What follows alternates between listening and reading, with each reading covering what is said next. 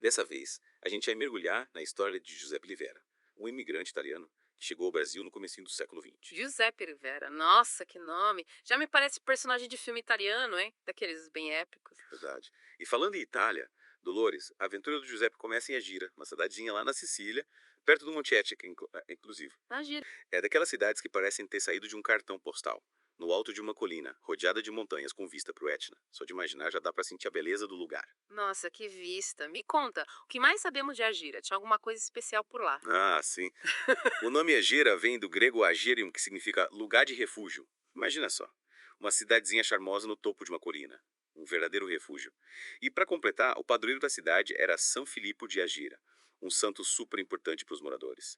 A festa dele, em maio, era o ponto alto do ano para a comunidade. Interessante. Já dá para ter uma ideia de como a fé era importante para a família do Giuseppe. E ele, o que sabemos da infância dele. Bom, Giuseppe nasceu em Agira no dia 13 de abril de 1888. E Dolores, a infância dele foi marcada por tragédias, sabia? Ele perdeu o pai, era criança de Luz Livera, quando era bebê. Que triste. E a mãe? A Maria Altavilla, a mãe de Giuseppe, era uma mulher de fibra. Imagina só, ela se casou 3 vezes. O primeiro marido morreu jovem. E com o segundo, o pai do Giuseppe, ela também não teve sorte. Ele morreu com apenas 30 anos, 10 meses depois do nascimento do Giuseppe. Nossa, quanta perda. E a Maria? Como ela lidou com tudo isso? Ela era forte, Dolores. Casou-se de novo com um homem chamado Filippo Publia. Com ele teve mais 2 filhos. Mas a vida ainda reservava mais uma provação para ela. Maria morreu aos 28 anos, poucos dias depois do nascimento do último filho. Nossa, que história. E o Giuseppe? Ele tinha só 5 anos quando a mãe morreu, né? É, e provavelmente ele foi criado pela avó materna, a Grazia Augustina, até vir pro Brasil em 1902. Olha só, Dolores, perdeu os pais cedo e ainda ter que deixar tudo pra trás pra recomeçar a vida em outro país. É de partir o coração. Mas pensando bem, a história do Giuseppe e da família dele se encaixa num contexto histórico maior, né? A grande migração italiana para o Brasil no final do século XIX e começo do XX. Sim, você tem razão. A Itália passava por muitas dificuldades naquela época. Economia fraca, desemprego, epidemias, impostos altíssimos. Era uma situação difícil. Para muita gente, migrar era a única saída para escapar da pobreza e tentar uma vida melhor. E o Brasil? Como estava recebendo esses imigrantes? Era tudo organizado. No começo, não, Dolores. A migração italiana para o Brasil aumentou bastante por volta de 1860, mas era tudo meio desorganizado. Só em 1875 que o governo brasileiro, junto com a Itália, começou a formalizar o processo. Então, a partir daí, a imigração italiana para o Brasil ficou mais estruturada. Isso. E sabe o que é interessante? Famílias grandes, como a da tia do Giuseppe, que a gente vai conhecer daqui a pouco, tinham preferência da imigração. Os fazendeiros brasileiros até pagavam passagem de navio, prometendo que as famílias pagariam a dívida trabalhando nas plantações. Era chamada imigração subsidiada. Entendi. Era um sistema que, por um lado, ajudava os italianos a virem para o Brasil, mas por outro, os colocava numa situação de dependência e o trabalho duro. Exatamente. E para completar, tinha uns panfletos na Itália que promoviam o Brasil como a terra da oportunidade. Chegavam até a falar em castelos para atrair os imigrantes. Castelos no Brasil? Que propaganda enganosa. Mas, voltando ao Giuseppe, como ele veio parar aqui. Em 1902, com 14 anos, ele embarcou no vapor Etruria.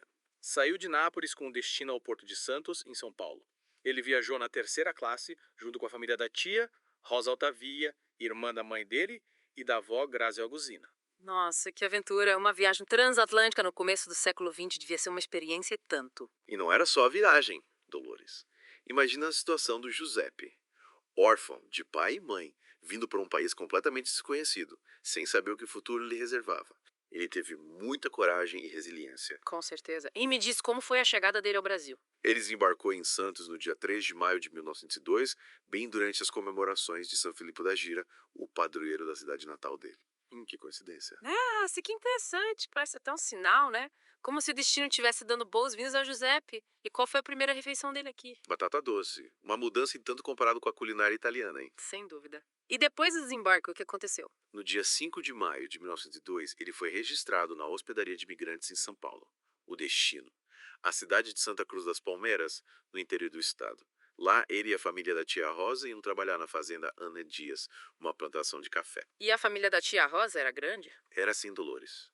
A Rosa embarcou no Etruria com o marido, Giuseppe Miloro, e seus 5 filhos. 5 filhos. Nossa, devia ser uma trauleira enorme cuidar de tanta gente durante uma viagem transatlântica. E além dos filhos, a Rosa também trouxe a mãe, Grazia Augustina, que já era viúva, e o irmão mais novo, Filippo Ottavia. Era uma verdadeira caravana familiar. E no meio dessa turma toda, um adolescente órfão em busca de um recomeço. Que história emocionante. E pensar que essa é só a primeira parte da saga do Giuseppe Olivera no Brasil. Tô curiosa pra saber o que aconteceu com ele e com a família. Nossa, a história do Giuseppe me faz pensar em tantos outros imigrantes, né? Que vieram pra cá no final do século XIX, começo do XX. É verdade. É como se a gente estivesse vendo um pedacinho da história de milhares de famílias. Atravessando o oceano pra uma vida nova. Me faz pensar na situação do mundo hoje, sabe? Com tanta gente se deslocando por causa de guerras, crises. Nossa, é verdade, a história se repete, né? Só que de jeitos diferentes. Acho importante a gente se colocar no lugar de quem está passando por essas dificuldades hoje. No fundo, todo mundo é filho de imigrante de alguma forma. Com certeza. E essa história do Giuseppe, ela mostra que a imigração é um processo complexo, né, com causas e consequências que duram por gerações. Entender esse processo é importante para a gente construir uma sociedade mais justa, mais acolhedora. Concordo. E acho que a gente também precisa valorizar a diversidade que a migração trouxe para o Brasil. A mistura de culturas, costumes, jeitos de viver. Isso é o que faz o nosso país ser tão rico, tão vibrante. Sem dúvida, essa mistura é algo para a gente celebrar e aprender. Mas, voltando ao Giuseppe, você consegue imaginar como era a vida dele e da família na fazenda Ana Dias? Imagino que não devia ser fácil, né? Eles trocaram a vida na Itália, as tradições, a cultura, pelo trabalho duro na lavoura de café. Um ambiente completamente diferente. E além das dificuldades do trabalho, eles ainda tinham a barreira do idioma, a saudade de casa, a adaptação a uma nova cultura. Era um recomeço com muitos desafios. Né, isso com certeza. Mas, ao mesmo tempo, essa experiência também deve ter sido enriquecedora, né? Eles tiveram a chance de construir uma nova vida, criar raízes num novo país, contribuir para a história do Brasil. Verdade. E por falar em história, você já se perguntou como essas famílias italianas mantiveram as tradições aqui no Brasil? Hum, que pergunta interessante. Imagino que a convivência entre os imigrantes, a criação de comunidades italianas e a preservação de alguns costumes dentro de casa tenham ajudado a manter a cultura italiana viva aqui. Exato. A culinária italiana, por exemplo, virou parte da nossa cultura, né? Quem não gosta de uma pizza ou de um bom prato de massa? Verdade? Aí música, arte, arquitetura, a influência italiana está em tudo. É incrível como a história de um imigrante, como Giuseppe, nos leva a pensar na história da imigração italiana como um todo, né? E no impacto que ela teve na nossa cultura, na nossa identidade. Totalmente. É como se a história do Giuseppe fosse um pedacinho da grande história da imigração italiana no Brasil. E essa história nos convida a pensar na importância de conhecer a história da nossa família, dos nossos antepassados. É como montar um quebra-cabeça. Cada peça revela um pouco da nossa identidade. Concordo. É uma jornada de descobertas que nos conecta com o passado e nos ajuda a entender melhor quem somos. Você já pesquisou a sua árvore genealógica? Já. E descobri cada história. Encontrei parentes distantes ancestrais que viveram em lugares que eu nem imaginava. É incrível. Que legal. Fiquei curiosa para desvendar os mistérios da minha família também. Quem sabe a gente não descobre que somos parentes distantes, primos de quinto grau, sei lá. Seria uma coincidência e tanto. Mas, falando sério, a pesquisa genealógica vale muito a pena. A gente pode se surpreender com o que encontra. Verdade.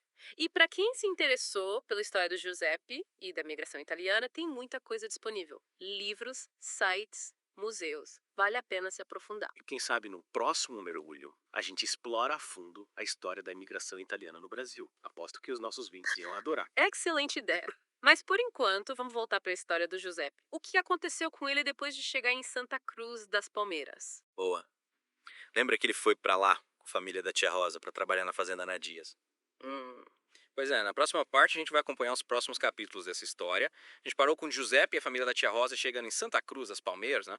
Pra começar a vida nova na fazenda Ana Dias. Isso, a fazenda Ana Dias era enorme. Uma grande produtora de café, era a base da economia naquela época. Imagina a mudança, né? Da Itália, com tudo que eles conheciam, pro interior de São Paulo, o calor, o trabalho duro, uma cultura totalmente diferente. Nossa, total. E as condições de trabalho nas fazendas de café no começo do século XX não eram fáceis. Muitas vezes os imigrantes enfrentavam longas jornadas, salários baixos e moradias precárias. É, a vida não era fácil para quem chegava. Mas, mesmo com tanta dificuldade, eles mostravam uma força, uma vontade de vencer. Um espírito empreendedor incrível. E a família era fundamental nesse processo, né? A união da família era tudo para superar os desafios, construir uma nova vida. Lembra que o Giuseppe veio com a família da tia Rosa. Uma família grande, 5 filhos, avó, tio.